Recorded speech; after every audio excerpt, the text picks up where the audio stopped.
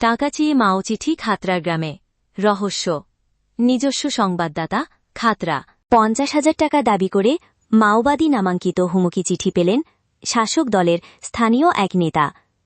বাঁকুড়ার জঙ্গলমহলের একসময়ের মাওবাদী প্রভাবিত কোনো গ্রামে নয়, খোদ খাতড়ার একটি গ্রামের স্থানীয় এক তৃণমূল নেতার বাড়িতে এই মাওবাদী নামাঙ্কিত হুমকি চিঠি দেওয়া হয়েছে।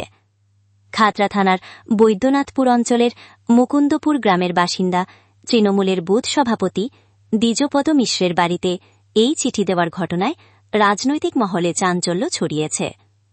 যদিও মাওবাদী নামাঙ্কিত এই চিঠিকে গুরুত্ব দিতে নারাজ ওই তৃণমূল নেতা। পুলিশের দাবি, এলাকায় মাওবাদী কার্যকলাপে কিছুই কোনোদিন ছিল না।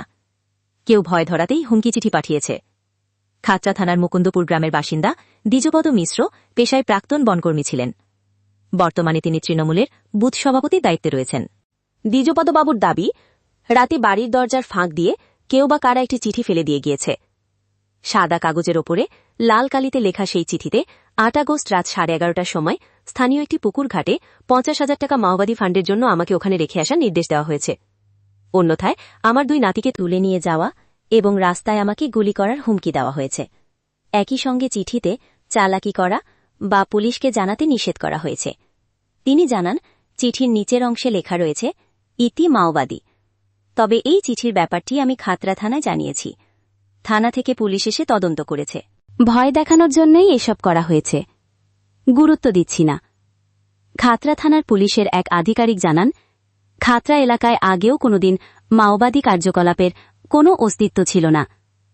এখন তো জেলার কোথাও এসব নেই। কাগজের চিঠির লেখা দেখে স্পষ্ট বোঝা যাচ্ছে এটা কেউ বদমাইশি করে পাঠিয়েছে।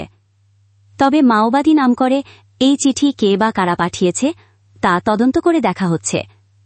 ঘটনার সঙ্গে যে বা যারা জড়িত তাদের চিহ্নিত করার চেষ্টা চলছে। ছবি সাদম মণ্ডল। ধন্যবাদ জ্ঞাপন ও কৃতজ্ঞতা স্বীকার সংবাদ প্রতিদিন পত্রিকা।